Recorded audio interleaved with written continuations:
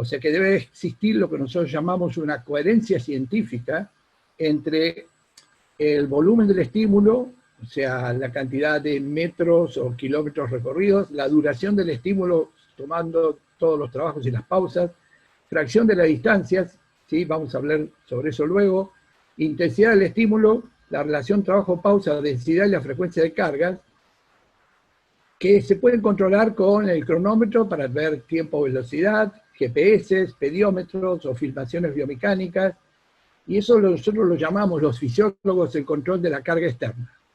Todo el mundo hace esto, controla la carga externa. El problema es que para entender si hay coherencia científica entre estas variables, que son muy importantes cuando están combinadas, con dos conceptos que la fisiología del ejercicio determina como piedras angulares, que son principio de predominio energético y principio de especificidad metabólica. Para tener una idea, los fisiólogos decimos que tenemos que tener un control de la carga interna. La carga interna es medir consumo máximo de oxígeno o consumo de oxígeno fraccional, que no es ni más ni menos que tener mucha tecnología en el laboratorio o en el campo, medir lactato y medir frecuencia cardíaca. Como luego hoy vamos a ver que hay una disyuntiva de que muchísima gente al no acceder a la medición de lactato usa la frecuencia cardíaca como control de la carga interna. Les voy a explicar que poco tiene que ver la frecuencia cardíaca con el principio de predominio energético y de especificidad metabólica. Los tres sistemas de energía, actualmente considerados como sistema fosfágeno, anteriormente llamado sistema anaeróbico aláctico, el sistema glucolítico no oxidativo, anteriormente llamado sistema anaeróbico láctico, y el sistema oxidativo aeróbico. Luego puedo hacer algunas apreciaciones de por qué los cambios de nomenclatura, solamente hacerles un resumen de que el sistema ATP fosfocreatina, así lo llamamos, degradación del ATP con hidrólisis, ADP fosforo inorgánico, energía, pero deja un ion hidrógeno como fatiga. Por suerte la fosfocreatina es prácticamente una instantánea recuperación que une ADP fosforo inorgánico e hidrogenión y termina como ATP luego y creatina libre. Bien. El segundo sistema es la glucólisis rápida no oxidativa. Esto es inherente a la intensidad del ejercicio. Cuando los ejercicios son muy intensos, se produce una alta producción de ruptura de glucosa C-fosfato con la producción de 2 o 3 ATP, un lactato, que es el anión, y un hidrogenión libre. Vamos a volver sobre eso luego. Esto es fuente de fatiga y acidosis. Y el sistema glucolítico oxidativo, que es el que juntamente con este sistema, pero dominante en el 90% o 95% de la energía, son los que van a devolver los ATP para reponer que la creatina libre vuelva a fosfocreatina y vuelva a su función de donador de energía en el sarcómero y reposición de ATP. Ustedes verán aquí o una glucólisis en presencia de oxígeno, esta no es en presencia de oxígeno, el proceso lipolítico y una cantidad enorme de moles de ATP por mol de sustancia de sustancia procesada, que aquí no deja residuo energético fatigante. Lo que quiero mostrarles ahora es un cuadro del doctor George Brooks. En una década presentó esto varias veces. Es una visión moderna del continuo energético. El continuo energético es muy importante que lo entiendan con esta versión moderna, ya que durante muchos años, hasta los 90 prácticamente, dominó la versión del doctor Ostrom y Rodal, o de los doctores Fox o Fox y Matthews, por lo cual les digo que eso ya no se puede hoy enseñar en ninguna carrera de grado o posgrado, porque es atrasado. Aquí pueden ver el predominio del sistema ATP-fosfocreatina, que son 5 segundos, el tiempo medio de degradación son 10 segundos y el agotamiento a 30 segundos. Graben esta dinámica porque luego van a ver esfuerzos de 30 segundos. El sistema glucolítico no oxidativo, que tiene una dinámica de 0 a 10 segundos, el 50%, y de 0 a más o menos 80 segundos, tiene su máxima prestación. Entiendan también estas gráficas porque luego vamos a hablar de qué pasa en algo que dura 5 o 6 segundos, pero qué pasa en algo que dura más de 10 segundos, ¿Y qué pasa si el esfuerzo tiene 30 segundos, pero de máxima intensidad? Esto nos va a servir a posteriori. Por supuesto, esta charla la van a tener grabada, yo voy a mandar el material mañana y tendrán la oportunidad de volver a escucharla con más calma, porque hoy lo que va a faltar es tiempo. El sistema oxidativo aeróbico tiene una dinámica en personas entrenadas que puede alcanzar el 50% en 30 segundos, el 80% en 1 minuto, y alcanzar el máximo VO2 en 1 minuto y medio, algo que cambió dramáticamente gracias a los radioisótopos, y esa información tuvo un impacto muy grande sobre las cargas de entrenamiento deportivo. El principio de especificidad metabólica. Obviamente que en el anterior, vieron principio de predominio ATP-fosfocreatina para 10 segundos, principio de predominio del sistema glucolítico 30-40 segundos, y principio del sistema oxidativo al minuto 15. Pero los sistemas son dinámicos y van subiendo y bajando durante estos segundos en forma continua y combinada. Por eso se llama continuo energético. El principio de especificidad metabólica. Lo tocamos el otro día cuando hablamos de fútbol y yo le hablé del falso concepto de especificidad. El falso concepto de especificidad, les dije que se usa la palabra especificidad para decir que esto es específico para la fuerza, esto es específico para la endurance, esto es específico para el básquetbol, baloncesto, fútbol o natación. No hablen más así, se los recomiendo humildemente. Hablen de especialización. Esto va dirigido especialmente a tal actividad o a tal deporte. Porque para la fisiología moderna el principio de especificidad dice que un estímulo de ejercicio es específico cuando genera un estrés direccional sobre una cadena metabólica, estimulando y adaptando un mecanismo fisiológico preciso y produciendo la adaptación, el incremento de sustratos, enzimas y coenzimas para que aumenten su eficiencia energética y nos den más energía por minuto. Por lo cual, el principio de especificidad en el entrenamiento deportivo tiene base científica en un concepto metabólico. He puesto esto no solo como un homenaje, sino como un reconocimiento al científico que debería haber ganado el Premio Nobel de Química o de Medicina, el doctor George Brooks de la Universidad de Berkeley. En realidad ha sido durante 30 años mi mentor, ha sido mi maestro, me ha orientado, y hoy, a pesar de su elevada edad, sigue activo y con una publicación constante de evidencia. Entonces, ¿por qué vamos a responder por qué debería haber ganado el Premio Nobel de Química o de Medicina? Porque descubrió que el lactato no es un producto terminal de la glucólisis. Demostró la inexactitud de la evidencia que permitió a Archibald Hill y Otto Miergo ganar el Premio Nobel de Fisiología en Medicina en 1922. Durante más de 60 años, en los años 20 a los 80, el lactato fue considerado como un producto terminal del proceso de glucólisis celular. Se lo llamó durante 60 años la sustancia de desecho causante de fatiga y lesiones, y era the bad boy, el malo de la película. Desde la década del 80 se sabe que el lactato es un producto intermediario de la glucólisis y predominantemente un combustible oxidativo mitocondrial, ya que se ha determinado que el 90%, 9 de cada 10 moléculas de lactato producido, se remueve y se reconvierte a piruvato, proceso conocido hoy como remoción. Cuando se habla de remoción de lactato es porque el lactato vuelve a piruvato 9 de cada 10 moléculas, y esto tiene toda una explicación que voy a hacer lo más breve posible para que lo entiendan en la gráfica siguiente. A esta parte de la conversión piruvato-lactato se la llamó glucólisis no oxidativa, lo que se llamaba antes glucólisis anaeróbica.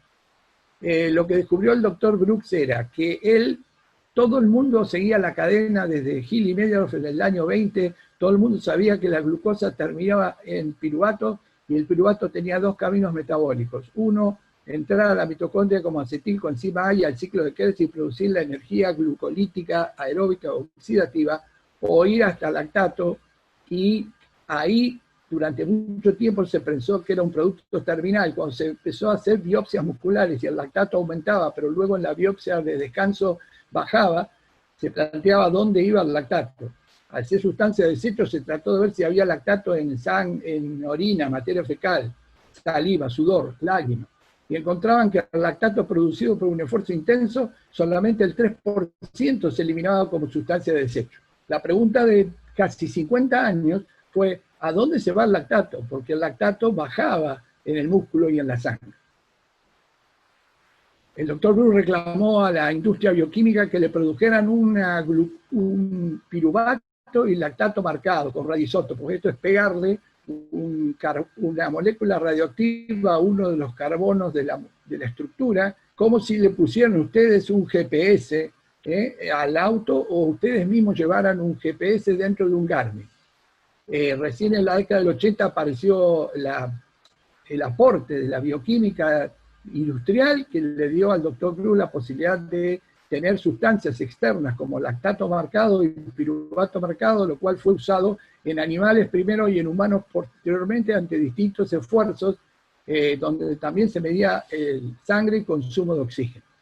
Ahí se descubrió que el piruvato pasaba a lactato, y no se puede hablar de ácido pirúvico y ácido láctico porque estas sustancias al pH fisiológico del cuerpo se disocian, como el lactato, en lactato, anión e hidrogenión. Lo que pasa es que para medir hidrogeniones en sangre, ni hablar en músculo que necesitan biopsia, pero en sangre hay que punzar una arteria y el pHímetro es un equipo caro y engorroso. Por lo cual los equipos de lactato actuales, que vamos a hacer luego uno, detectan la medición del anión, por lo cual, sabiendo qué cantidad de lactato está presente en sangre, tenemos una idea de una correlación casi perfecta de la cantidad de acidosis que está en forma disociada en el tejido o en la sangre. Interviene una coenzima, interviene una enzima y una coenzima. Lo que hace esta coenzima es darle dos hidrogeniones al piruvato, se los desprende, los pasa al lactato, uno queda en otra molécula, el otro queda flotando cercano a él, y convierte la coenzima reducida en oxidada. Pero el doctor Cruz descubrió, para dibujar esta flechita que no estuvo durante 50 años en los libros de bioquímica, descubrió que el grueso, 9 de cada 10 moléculas volvían a piruvato con la reacción lactato-hidrogenión. Otra coenzima que usaba, otra enzima que usaba esta coenzima, le sacaba los hidrógenos y volvía a piruvato. El grueso del piruvato vamos a ver que termina en el ciclo de Krebs. Aquí tienen un resumen de lo que pasa en esta situación. Es importante remarcar que de ese 90%, entre 60 y 70% del total removido es oxidado al ciclo de Krebs, optimizado por la ejecución de cargas de entrenamiento regenerativo activo. Ustedes verán que queda un 15 o 22% que se reconvierte a glucosa y glucógeno por proceso de neoglucogénesis hepática y muscular. Y el lactato que va al torrente sanguíneo es movilizado por transporte o shuttle entre tejidos, ya que van a ver que el lactato que está circulando puede ser captado por músculos a distancia, convertido a piruvato y usado como combustible. O sea que en síntesis, la basura convertida en comida. He decidido también ponerles todas las citas bibliográficas posibles para que tengan una idea de la información y las puedan rastrear y puedan estudiar concurrentemente después de escuchar esta charla. Una menor cantidad de parte del lactato y el hidrogenión disociado generan acidosis, por lo cual es tamponado y neutralizado por la reserva de bicarbonato, generando exceso de anhídrido carbónico, hiperventilación con diferentes grados de volumen y frecuencia ventilatoria. Son las formas subjetivas de la ventilación que son para nosotros tan importantes y que van a ser tratadas en otros cursos. Solo el 1 al 3% del lactato se sabía que se eliminaba por las vías orgánicas, y la conversión del lactato a piruvato es una extraordinaria reacción porque provee una fuente para también mantener la glucosa sanguínea. Recuerden que el 15-20% se hace glucosa, y también 10% aproximadamente de tampón hace que el estado ácido-base se alcalinice, descrito como lactate shuttle. Bien.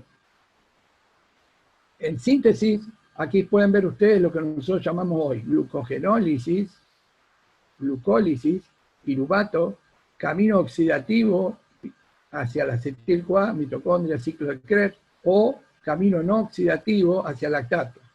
Luego aquí tienen ustedes la remoción con el número 1, ¿sí?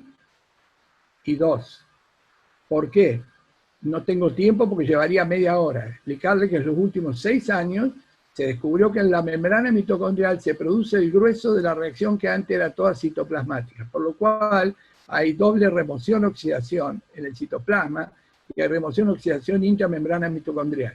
Esto también explica que en esta membrana mitocondrial se encontró lo que se llama en inglés Membrane Lactate Oxidation Complex, una suma de quinasas, proteínas, enzimas y coenzimas que realmente ahora entendemos por qué se hipertrofia la membrana mitocondrial con el entrenamiento oxidativo, ya que lo que se acumulan son sustancias para favorecer los procesos de remoción y oxidación de la estructura celular.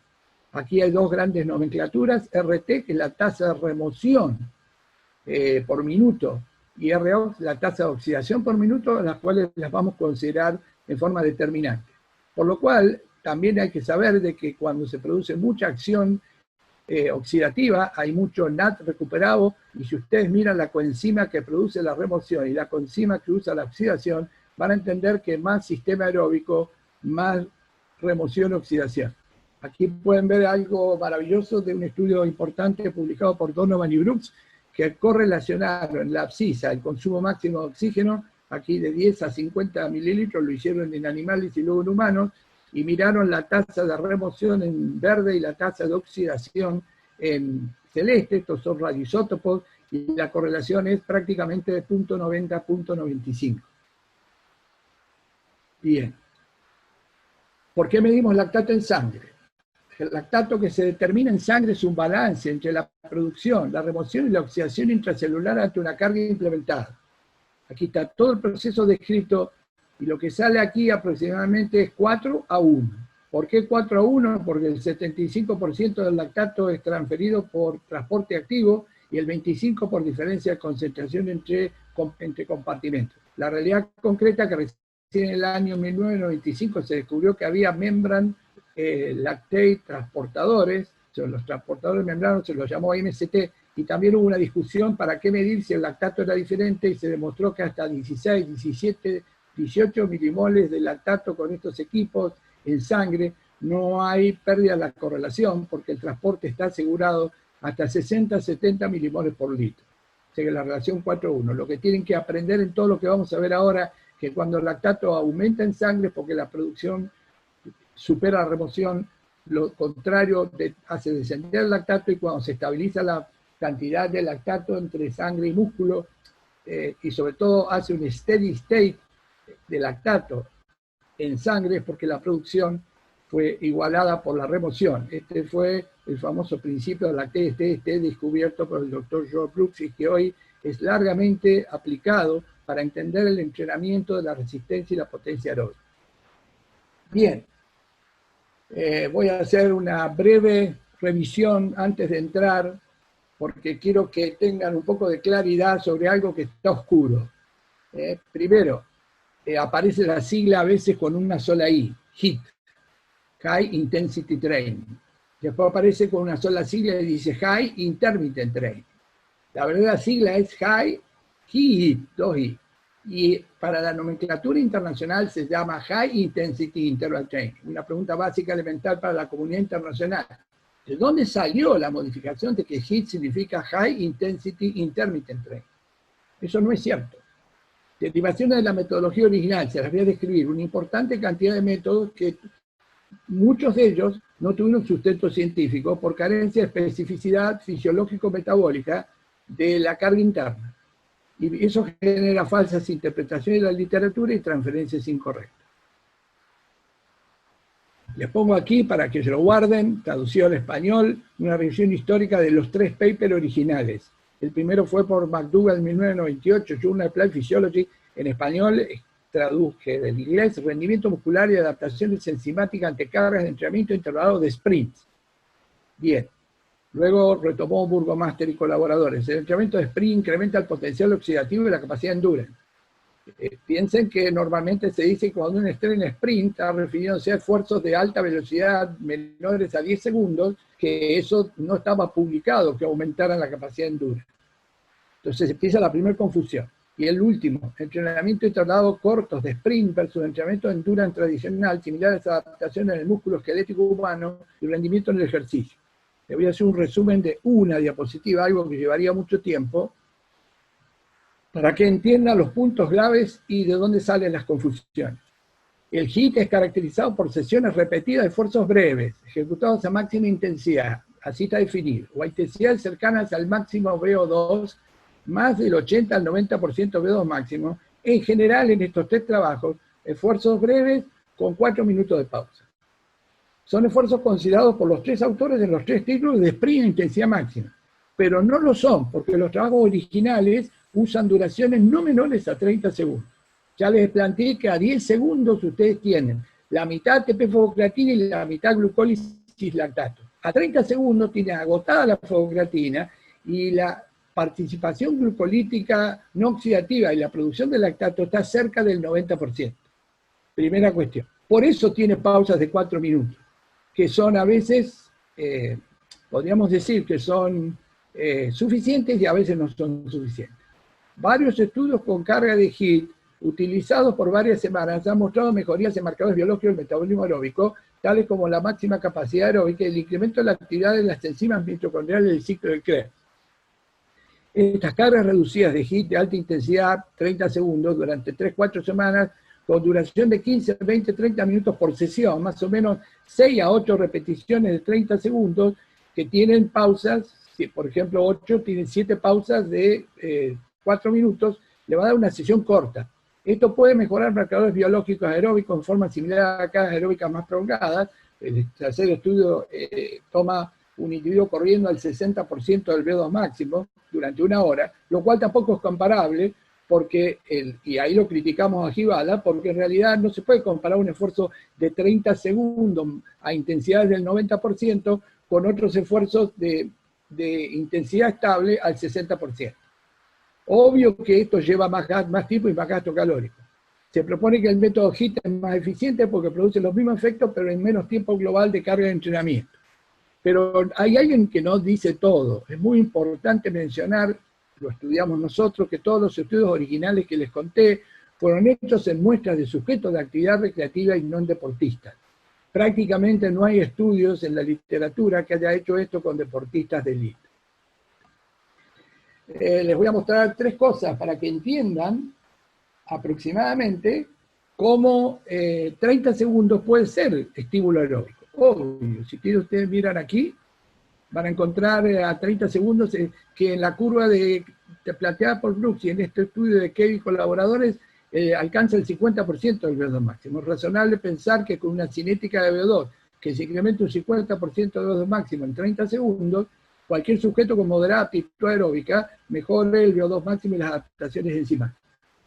El segundo capítulo que les quiero mostrar es la revisión de contribución del sistema de energía por parte del doctor John Hawley y Luis Burke.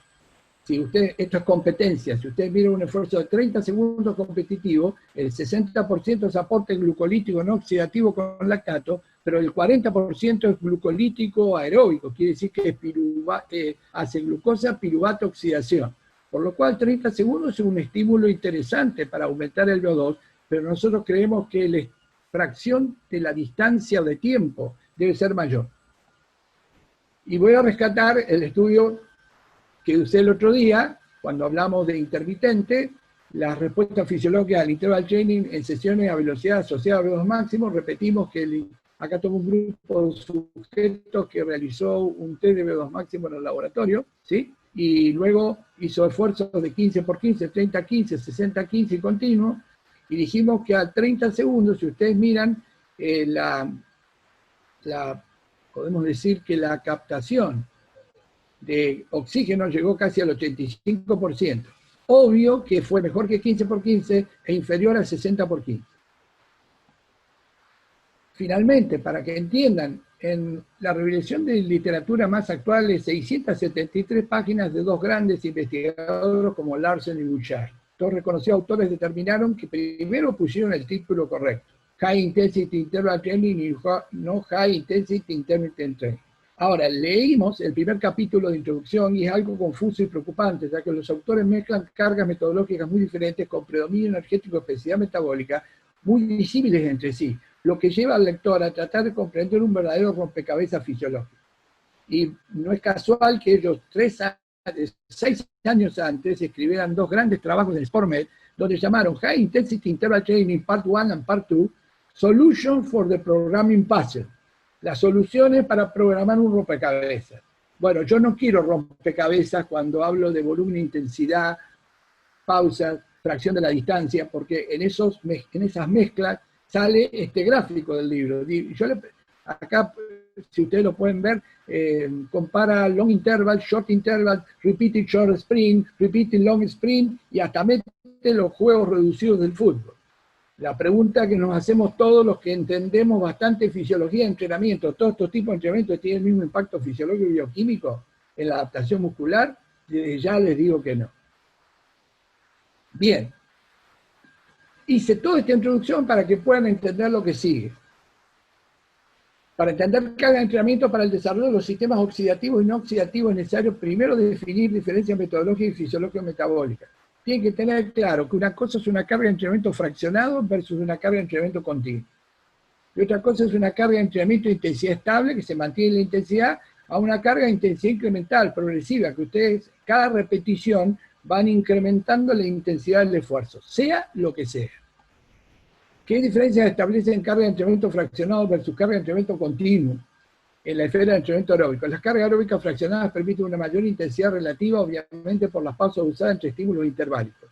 Esto es clave porque este es un contexto fisiológico, metodológico, pero tiene que ver con lo neuromuscular.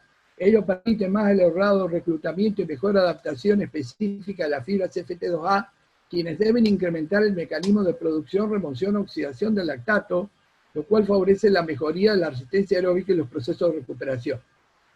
Por eso siempre el fraccionado va a ser mejor que el continuo.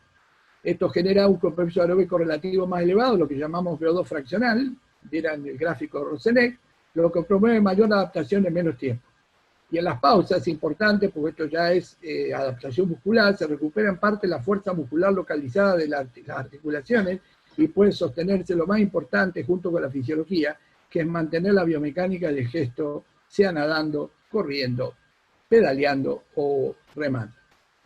Las ventajas ahora voy a comparar intensidad estable versus incremental. Los modelos de entrenamiento de intensidad incremental tienen menor tiempo de estrés específico, porque hacen ustedes un constante cambio en la intensidad repetición por repetición y porque en general, al final, las cargas generan fatiga elevada. La característica contraria, fundamental del modelo de steady state de carga, es el mantenimiento constante de la intensidad de la misma durante el desarrollo de un entrenamiento fraccionado por repeticiones, que responde a la ley descrita por Brooks. Mecanismo de producción, remoción, oxidación del lactato. A intensidad estable, la producción, la remoción y la oxidación del lactato construirán un steady state lactáceo. Esto produce un estrés.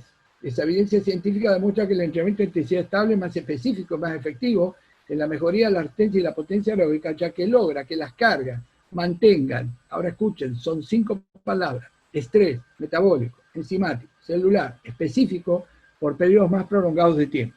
Esto fue publicado, los publicaron mucha gente, pero les puse los más antiguos porque fueron los primeros. Por eso nosotros usamos muchas zonas de entrenamiento.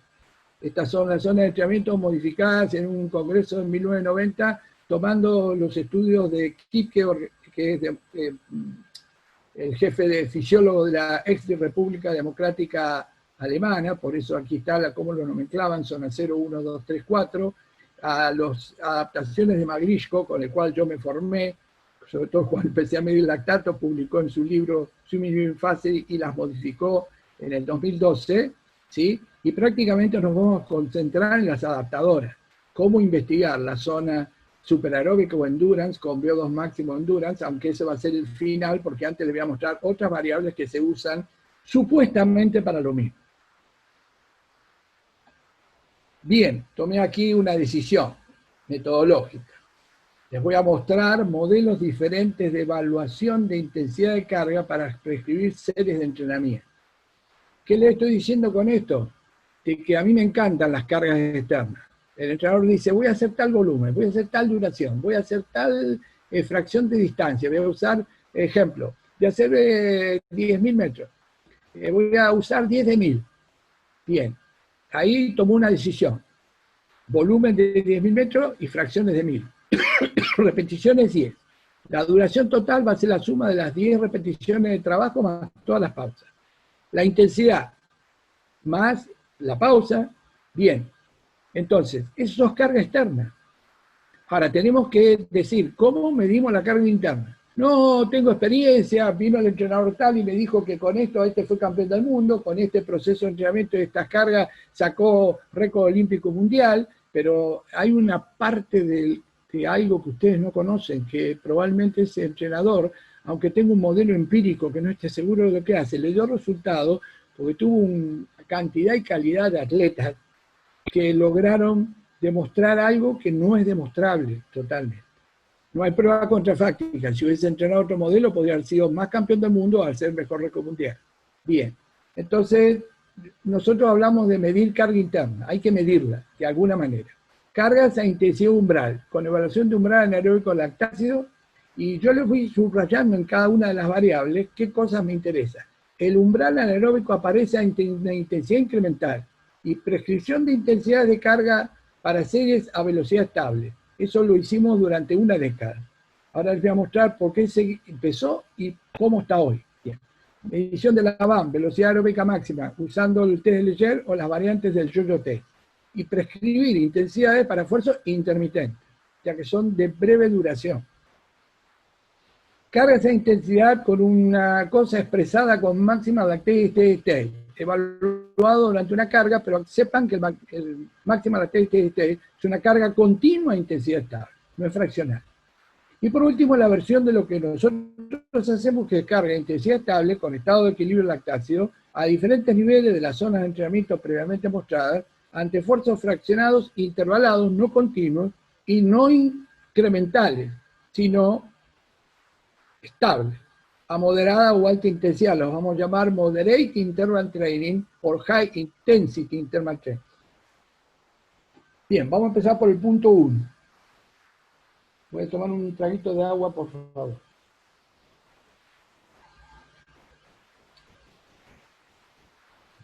¿Qué significa el umbral anaeróbico? Vamos a poner blanco sobre blanco, negro sobre negro.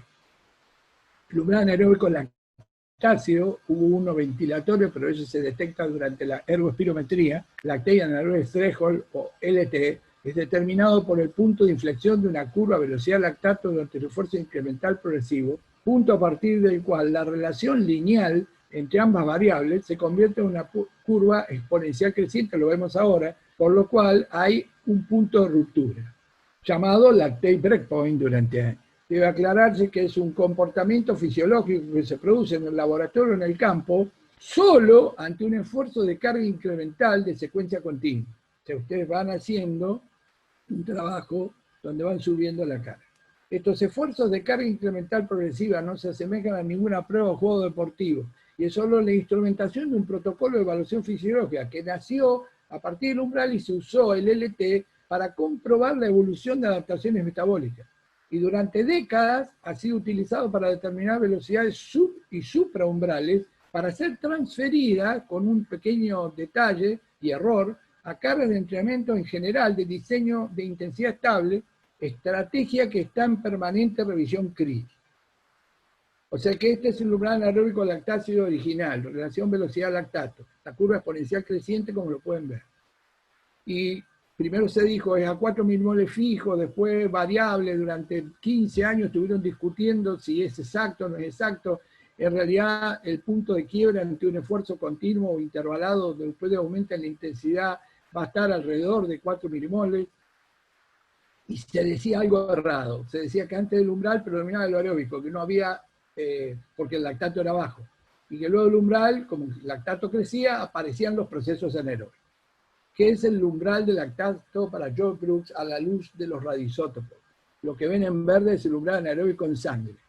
Y simultáneamente una carga de intensidad y creciente o incremental aparece y desaparece, producción en fucsia, remoción en celeste. El lactato, si ustedes vieron, dice carga de trabajo que genera un rápido aumento de la concentración de lactato sanguíneo, esta sería la carga aquí, que indica el límite entre el equilibrio entre la producción y la remoción de lactato. Antes del umbral, que el lactato no esté elevado en sangre, no quiere decir que no se produzca lactato, significa que se está produciendo y removiendo a una tasa similar durante varias etapas incrementales de la intensidad.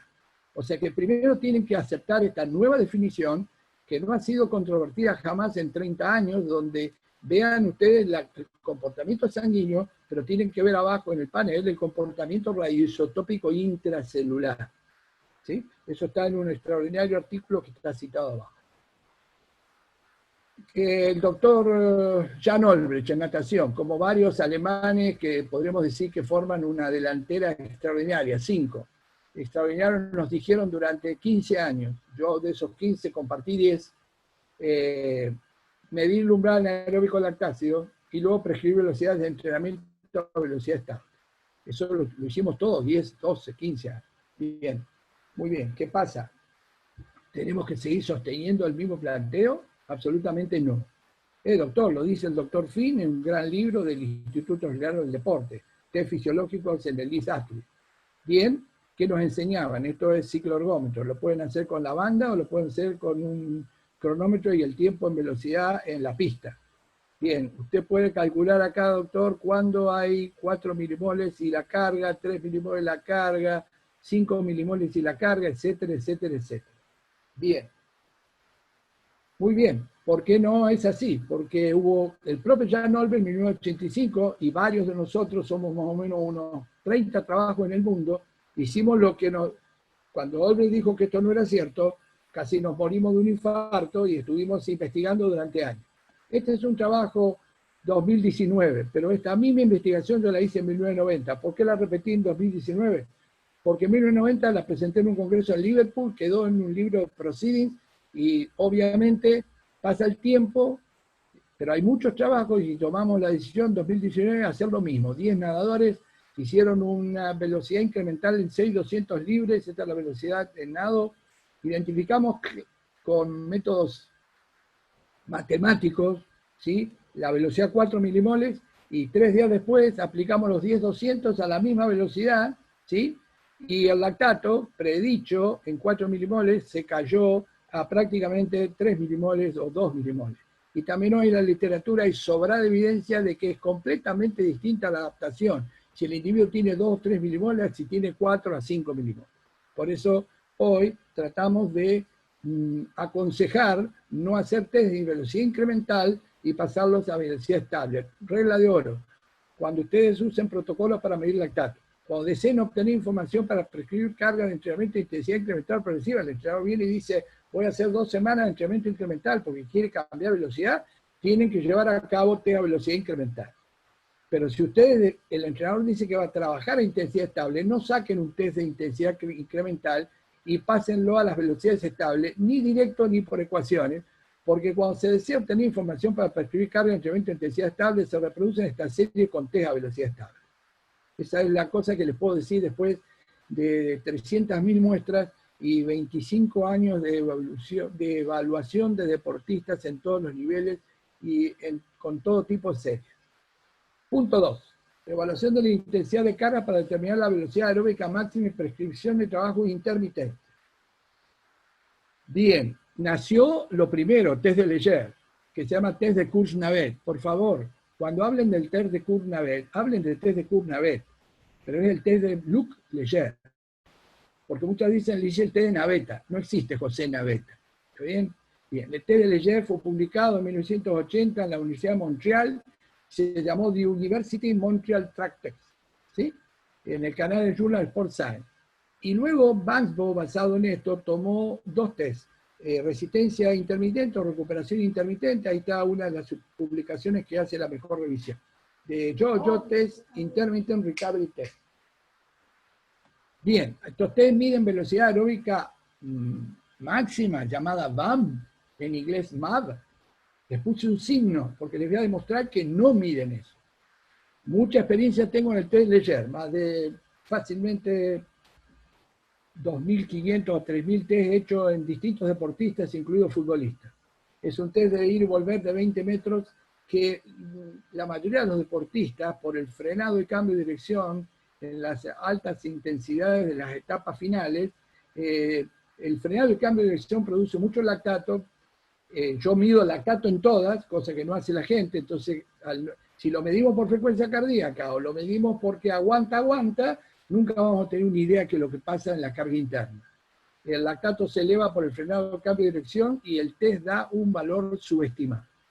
Por eso Banco decidió, y yo creo que este es el mejor, 10 segundos, 20 metros, correr, descansar 10 segundos, con 5, lo llamó resistencia intermitente o R1, y recuperación intermitente o L2. Hay 2 niveles de cada uno, estos son intensidades más bajas, estos son intensidades más altas para cada uno.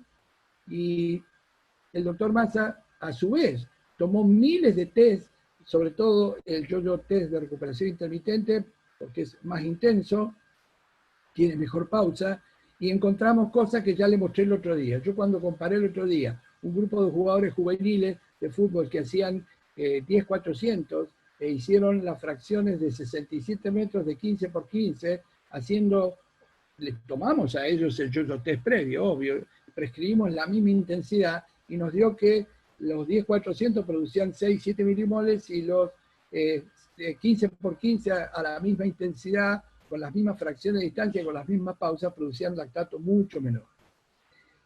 ¿Qué sale de todos estos test? Les hice una síntesis para que entiendan. Hay propuestas de prescripción de velocidad para trabajos intermitentes a partir de las BAM de los test. El test de 1000, que les mandé con el doctor Garrido un adendum para que lo tengan, cómo se hace el test de 1000, se toma directamente la velocidad final porque es una velocidad ligada al VO2 máximo. El test de Cooper hay que ponerle un 10% porque como el test es la distancia en 12 minutos aproximadamente, esto hace una meseta y necesita un ajuste. El test de Leger, los autores dicen, cuando obtenga la velocidad en metros por segundo, kilómetros por hora, agréguele entre el 20 y el 30. Y los yo-yo test, ambos, la prescripción es de 5, 10 o 15% más. Supuestamente los test de Leger y yo-yo test determinan la velocidad que genera el VO2 máximo o BAM, pero se propone trabajar la BAM más 10 al 30% según diferentes autores. Si ellos determinaran la BAM, se los puse en mayúscula, ¿por qué hay que sobreagregarle porcentajes de intensidad? Eso les está diciendo algo decididamente notable, ¿sí? Que el test subestima la velocidad aeróbica máxima, por eso hay que ponerle esa prestación. Bien. Aquí les pongo lo que hice el otro día con 15 jugadores de fútbol. Aquí tienen resultados de 186 futbolistas profesionales sobre un trabajo de 3.200 metros. Le hicimos el recovery nivel 2. La velocidad final fue de 4.21 metros por segundo, 15.16 kilómetros por hora. No están publicados, van a ser publicados en un congreso, como se los dije, COVID mediante el año que viene en Portugal. La prescripción de la intensidad le pusimos, de esos valores, le pusimos un 15% y nos dio esas velocidades, 5.05 metros por segundo, perdón, y 18.2 kilómetros por hora. Esa fue la media y aquí están los rangos de los jugadores que hicieron menos y más porque cada uno replicó el trabajo siguiente a su velocidad individual. Fíjense que poniendo el 20% más en un set de 8 repeticiones, de 20 por 30, luego un minuto de pausa, un set de 8 repeticiones de 20 por 20, un minuto de pausa, repetimos el primero con un minuto de pausa, repetimos el segundo final, micropausa entre serie de un minuto, ustedes miran los resultados del lactato. Dan de 2 a 3 milimoles, lastimosamente en este desvío estándar llegó a 4 milimoles, esto no es BAM, porque estar en el menos del llamado umbral anaeróbico está muy lejos de la velocidad aeróbica máxima. Contundentemente, al comparar 744 datos del lactato versus frecuencia cardíaca, carga interna metabólica versus carga interna cardiorrespiratoria, la correlación dio 0.34 y un R cuadrado de 11%. Para que la frecuencia cardíaca sea reemplazante del lactato, esto tiene que ser por lo menos correlación 0.85. Lejos estamos de esos sueños. Iba a usar esto al final, pero la puse aquí, recordando a Albert Einstein, lo que es correcto no siempre es popular, y lo que es popular no siempre es correcto. Reflexionen sobre esta frase de este gran maestro genio, porque muchas veces usamos cosas muy populares, popularizadas, las usa todo el mundo, y damos por sentado que eso es correcto, y no siempre es correcto. La evidencia tiene que ser evidencia, no anécdota. Tercero, que es el Maximal Lactate Steady State. Bueno, nació... Nosotros seguimos esta literatura también porque estamos francamente interesados en definirle las cosas para después decirle que autores como Larsen y Butchade lo que hacen, vuelvan luego a la gráfica, pueden buscar el libro Larsen y Butchade, está en la web. Yo le aclaro que leí apenas 100 páginas de las 673, leí lo que me interesó, pero leí la introducción y las conclusiones, y verdaderamente hicieron un rompecabezas con lo que nosotros más groseramente llamamos ensalada fisiológica. Esos productos de que dicen, esto es umbral, el umbral es igual al MLSS, y así van mezclando nomenclaturas que definen cosas que no tienen nada que ver entre sí, porque provienen de metodologías diferentes de testeo y provienen de resultados que expresan diferentes cargas fisiológicas metabólicas. Eso no se hace, amigo. Porque si no, si yo los confundo con tanta cosa. El doctor Ralf Beneck, discípulo de grandes fisiólogos alemanes, publicó una de las primeras, en 1996, la determinación del Maximal Lactate Steady State en respuesta a determinados deportes seleccionados. Y la define claramente. El MLSS es definido como el nivel más alto de lactato sanguíneo que un sujeto puede mantener en estado estable, con una variación del lactato no mayor a 1 milimol, más o menos 1 milimol. Esto es importante para que lo vean, porque luego vamos a comparar un refuerzo continuo con el steady state lactácido intervalado o fraccionado, y van a ver ahí también las variaciones en milimol, sobre todo no solo en el trabajo, sino en las pausas. Acá dice, una variación de lactato no mayor a 1 milimol durante 10 a 30 minutos de ejercicio continuo prolongado. Primero y principal, luego les voy a decir por qué no usamos este test. Porque nosotros trabajamos con nadadores, atletas, ciclistas, remeros y aún con futbolistas de élite. Necesitamos intensidades elevadas para el reclutamiento de la FT2A, y los ejercicios continuos no nos sirven. Por eso no usamos. Pero lo chequeamos, lo medimos. Acá hay dos grandes trabajos que reflejan la literatura. Primero fue definido que el MLSS estaba también a 4 milimoles y decían por eso coincide con el umbral, y después ellos mismos en el trabajo del 96 rompieron el modelo de que no coincide con el umbral. Tiene correlación con el umbral, pero no coincide, ya que los MLSS están influenciados por la especialidad de la biomecánica específica en diferentes deportes. Fíjense la meseta de rowing, aquí está en MLSS entre 1 y 2 milimoles. ¿Por qué tan extraordinario bajo el lactato del remero? Porque tiene una capacidad orgánica, pues son los únicos que corren pruebas de alto nivel de fatiga que duran 8 minutos. Chicos, en el atletismo la carrera más dura es 800 llanos y dura entre 1,50 y 2 minutos. Y en la persecución individual del ciclismo, los tipos corren 3-4 minutos. El speed skating la prueba dura 1 o 2 minutos. Natación, la más dura, 200 metros de natación, entre 1,50 y 2 minutos, parecido al 800 atletismo. El remo hace 8 minutos, por eso la preparación aeróbica del remo es increíble y las respuestas son increíbles.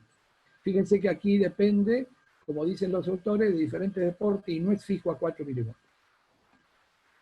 4.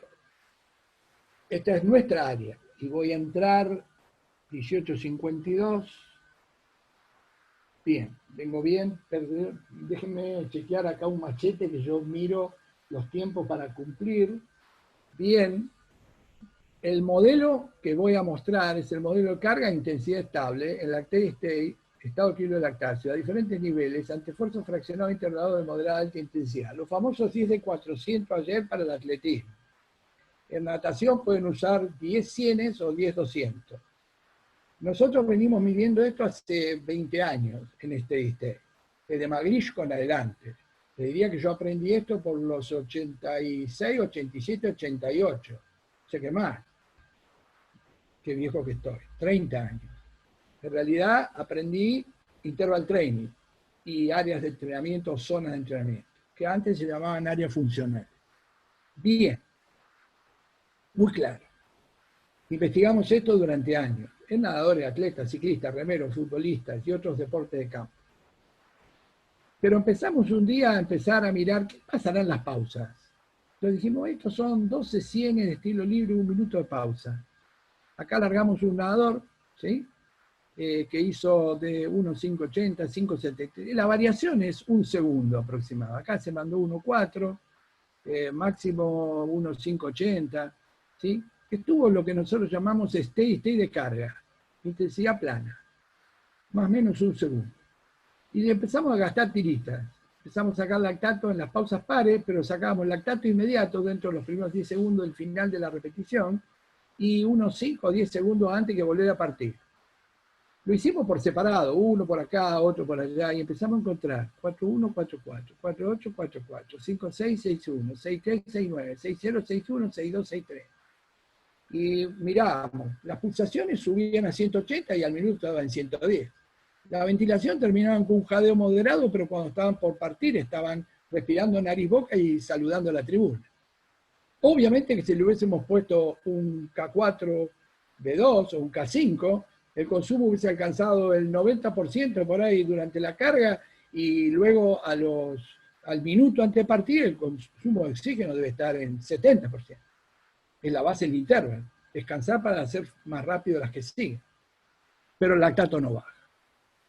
El lactato no es diferente. Por lo cual nos pusimos a investigar, vimos tanto que dijimos un día, vamos a presentar un trabajo en el Medicine and Science Sport and Exercise, salió en el Congreso Minneapolis, esto fue Minneapolis 2018, en una presentación en una reunión de interval training, y presentamos, se los traduzco, el estado de equilibrio lactácido en sangre sostenido durante la pausa en moderado entrenamiento de intensidad, y pusimos esto, propósito, analizar lactato sanguíneo inmediatamente dentro de los primeros 10 segundos por repetición, lo vamos a llamar BL10, y en los últimos 10 segundos antes de la nueva repetición BL50, dentro de un minuto de pausa pasiva, porque mucha gente nos atacó. No, doctor, hay que dar 10 por 10 de trabajo, 10 de pausa, hay que dar 30 por 20 pausas, en un minuto se cae todo.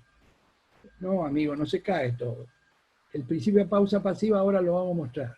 Durante una serie de cargas fraccionadas de moderada intensidad, considerando, porque esto es zona 4 o 6 milimoles, ¿sí? Considerando que el lactate es un balance entre la producción y la remoción y la oxidación intracelular. De eso estamos seguros, porque tenemos los radioisótopos de Brooks y todas sus publicaciones. Es nuestra hipótesis que el lactato 10 y el lactato 50 segundos alcanzan niveles similares, es decir, ¿por qué sugeríamos hipótesis? Porque veníamos midiendo tipos por separado, es decir, que el RT y el ROX dentro de la célula se mantienen en condiciones estables durante todo el tiempo de carga de trabajo, en trabajo más pausa, por lo cual nosotros veníamos escribiendo siempre. Usted tiene que considerar que su tipo trabaja acá esos 10 repeticiones de un minuto, son más o menos 12 minutos, y tiene 9 pausas, 10 pausas, porque se cuenta la última también, son 22 minutos de trabajo estrés metabólico. Y la gente te decía, no, si en la pausa descansa. Muestra, 10 nadadores y 8 atletas, lo hicimos en los 2 deportes, bien entrenados, realizaron una sesión de moderate interval training para meterlos entre 4 y 7 milimoles. El protocolo de nadadores fue 10 cienes, protocolo atletas 10-400, ambos grupos con 60 segundos de descanso pasivo. El blood lactate de 10 y de 50 fueron medidos con Lactate Plus y se monitorizó la frecuencia cardíaca simultáneamente a los 10 segundos, porque es la representativa del lactato final, colectando datos cada 2 repeticiones. Acá tienen el blood lactate a los 10, a los 50, las medias, los desvíos estándar, verán un steady state ligeramente creciente, porque esos atletas son buenos y corrían, pero estuvieron en zona, pero sus lactatos 10 segundos y 50 segundos no dieron ninguna diferencia estadísticamente significativa en ninguna de las 5 momentos de las pausas pares. Conclusiones, BL10, BL50 mostraron las mismas condiciones metabólicas en estado estable. Los resultados respaldan la evidencia que el moderate interval training produce estrés fisiológico durante toda la duración de la carga, ejercicio pausa durante 22-23 minutos aproximadamente. Además, determinamos que la frecuencia cardíaca, una vez más, no es variable válida para controlar la demanda fisiológica, ya que la correlación entre lactato y frecuencia cardíaca dio 0. ¿Sí? Bien.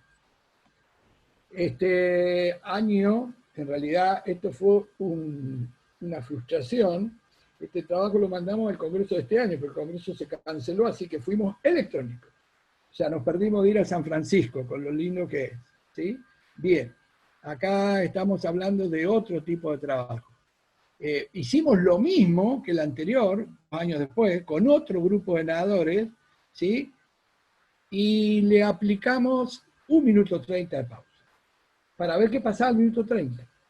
El entrenamiento por intervalo es un método comúnmente utilizado por los entrenadores. El descanso entre estímulos es una variable que se puede manipular en el interval training. El tiempo de pausa influye en la especificidad de la carga, teniendo en cuenta que el lactato sanguíneo representa el equilibrio entre producción, remoción, oxidación metabólica intracelular. Es muy importante determinar diferentes niveles de estado estable de lactato con variaciones del tiempo de pausa que sean capaces de mantener los steady state por periodos prolongados utilizando entrenamiento interválico y no continuo.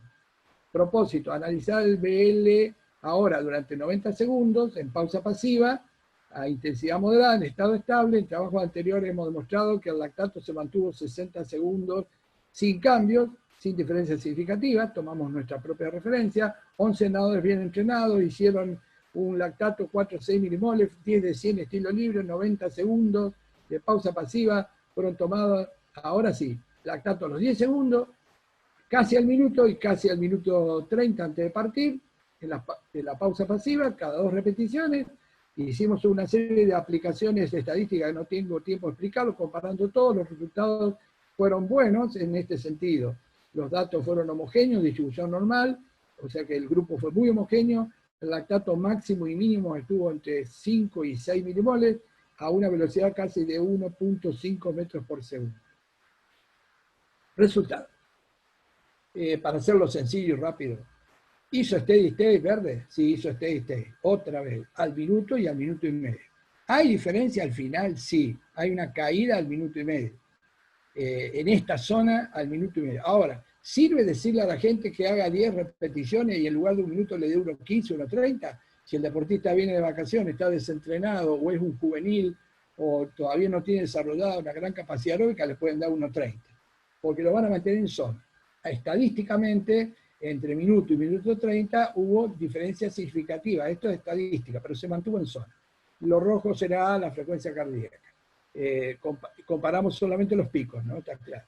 Pero ustedes verán lo errático, pero lo pusimos para que vean que la frecuencia cardíaca baja o un valor no basal, pero un valor cercano a 100, pero el lactato se mantiene, que es lo que yo quiero mostrarles, la diferencia entre carga interna metabólica versus cardiovascular. Conclusiones, el trabajo muestra que el LASS, el Moderate Interval Training, depende de la duración de la pausa pasiva para generar estrés metabólico.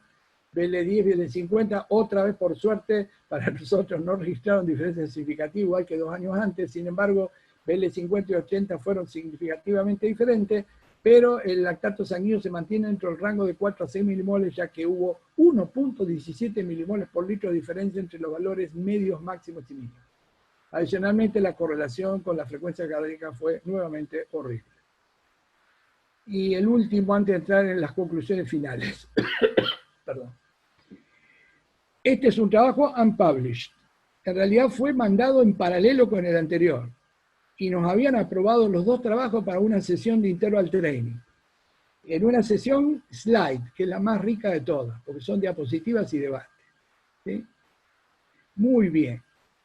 Acá dice el título, el autor es mi compañero porque hay que mandar un artículo como primer autor por cada uno. El estado de equilibrio lactáceo durante carga de entrenamiento fraccionado de alta intensidad, no de moderada, fue sostenido por sobrevalores del famoso máxima lactate STT, que era continuo, pero en un esfuerzo fraccionado. O sea que comparamos en un fraccionado una zona de VO2 para obtener un estrés metabólico con una meseta de lactato superior a la anterior. Y superior a los máximas lactate publicados por Beneke, que no pasaban de 6-7 milimoles. ¿Por qué lo retiramos? El college te dice, usted lo va a dejar, va electrónico y sale el Medicine and Science. Usted puede retirarlo y volverlo a presentar. ¿Qué es lo que hicimos? En realidad corremos un riesgo, lo vamos a presentar en noviembre y nos pueden decir no aprobado. Pero tenemos algunas ventajas, tenemos aprobado previo y dejamos sentado que lo retiramos porque consideramos que era una información muy importante, muy relevante, no publicada en la literatura y que valía la pena que lo hiciéramos presencial. Washington 2021, que se vaya el COVID, por favor. Antecedentes.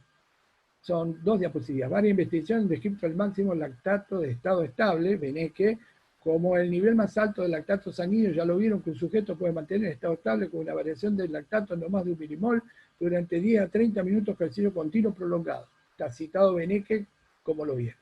Sin embargo, hay poca evidencia de steady state en entrenamiento a intervalos de alta intensidad con valores de lactato más elevado en comparación con pruebas continuas de NLS publicadas. Bien. Propósito. Un trabajo anterior demuestra que los niveles moderados de 4 a 7 milimoles pueden ser mantenidos durante el entrenamiento fraccionado con pausa pasiva de 1 minuto. A diferencia del diseño anterior, el objetivo de esta investigación es observar si existen lactate más elevado durante todo el esfuerzo y las pausas, pero ante high intensity interval training, utilizando pausas de 3 minutos. Método, 10 nadadores bien entrenados, este sí es el mismo grupo del anterior, nada más que uno se enfermó para acá, realizaron un high intensity interval training con lactato de 8 a 10 milimoles, la serie fue 6 cienes, le diría que deberíamos haber hecho 8 cienes, que es lo típico, pero como habíamos hecho 10 en la otra zona, que debería haber sido 12, acá usamos 6, con 180 segundos, 3 minutos de pausa pasiva. El lactato y la frecuencia cardíaca se midieron a los 10, a los 50, a los 110, a los 170, simultáneamente, durante la pausa pasiva cada 2 repeticiones, quiere decir que lo medimos inmediato, cerca al minuto, cerca a los 2 y cerca a los 3. La cantidad de tiritas es para llorar, por el costo, digo. Aplicamos las pruebas para ver si es homogéneo y sacamos los lactatos y comparamos resultados. Los valores del lactato muestran distribución normal.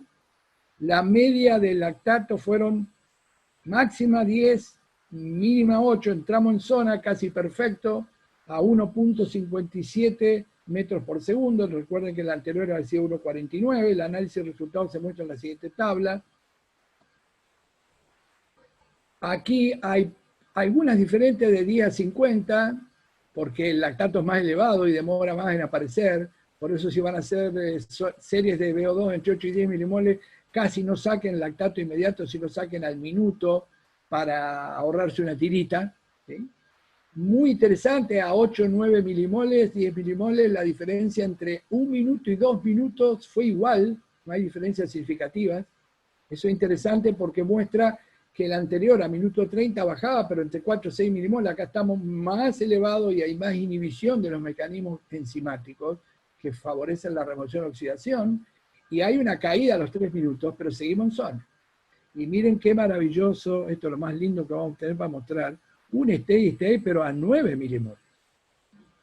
Los alumnos vienen y te dicen, vamos a hacer esto, profe, vamos a medir con lactato, 4 bloques de 4 minutos en 10×10, pero a alta intensidad, con cambio de dirección y con ejercicio. Y le vamos a poner una macro de 1 minuto 30 entre bloques. Ah, le dije, bueno muchachos, y después tómense el tiempo de leer las 2 estaciones.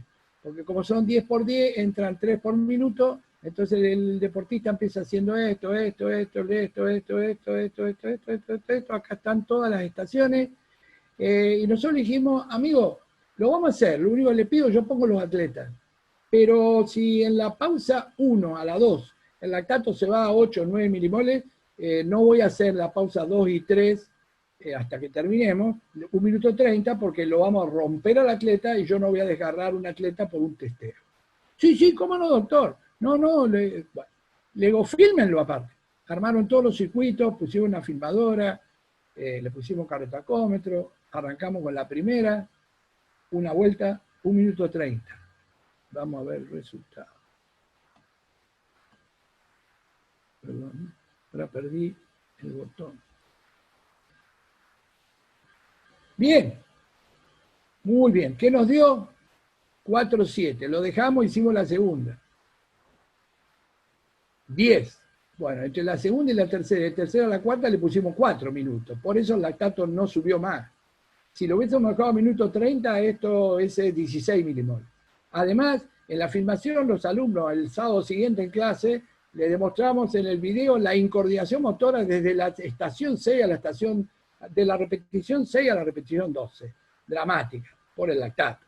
Entonces, la frase que les pongo ahí, ¿este trabajo específico para qué? Para fatigar y lesionar.